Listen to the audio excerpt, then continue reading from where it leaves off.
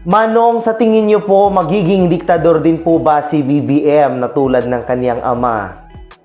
At babalik pa po ba ang martial law?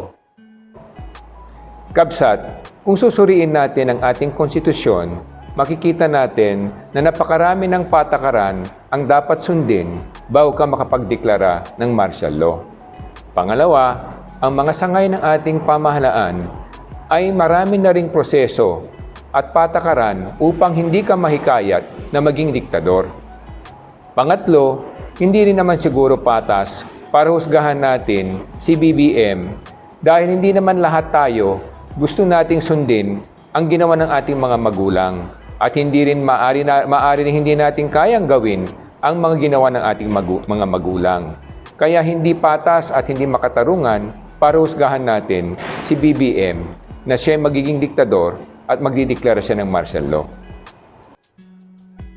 Sir Solo, ano po sa tingin ninyo? Si BBM, magiging diktador?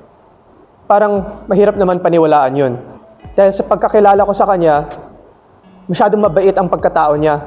At ang puso niya, ang gusto niyang gawin ay angat ang buong Pilipinas at lahat ng mga may hirap.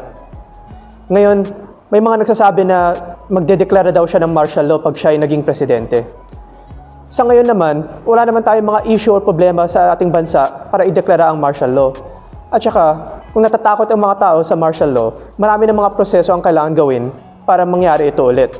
So sa pakikita ko, sa kanyang pagkatao at saka sa status ng ating bansa, wala naman dahilan para mangyari ito ulit.